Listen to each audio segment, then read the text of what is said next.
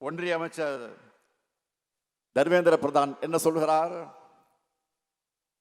தேசிய கல்விக் கொள்கையை தமிழ்நாடு ஏத்துக்கிட்டாதான் நிதி விடுவிக்கப்படும், மும்மொழி கொள்கை ஏத்துக்கலன்னா நிதி ஒதுக்க சட்டத்தில் இடம் இல்லைன்னு மிரட்டுகிறார். நான் கேட்கிறேன், எந்த சட்டத்தில் இப்படி இருக்கு? மும்மொழி கொள்கையை அனைத்து மாநிலங்களும் ஏத்துக்கணும்னு இந்திய அரசியலமைப்பு சட்டத்தில் இடம் இருக்கா?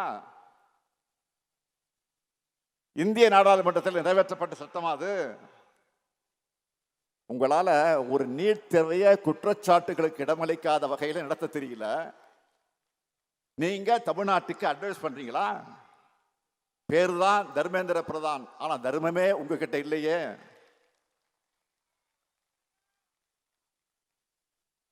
நம்ம குழந்தைகளுடைய கல்வி கனவை சிதைக்கிற காரியத்தை தர்மேந்திர பிரதான் செய்ய,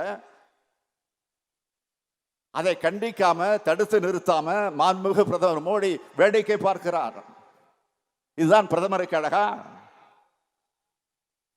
மாண்புமிகு பிரதமர் அவர்களே, இந்திய எங்க மேல திணிக்காதீங்க. எங்களுக்கு தாய்மொழியான தமிழும் உலகத்தோட தொடர்பு கொள்ள ஆங்கிலமும் போதும்.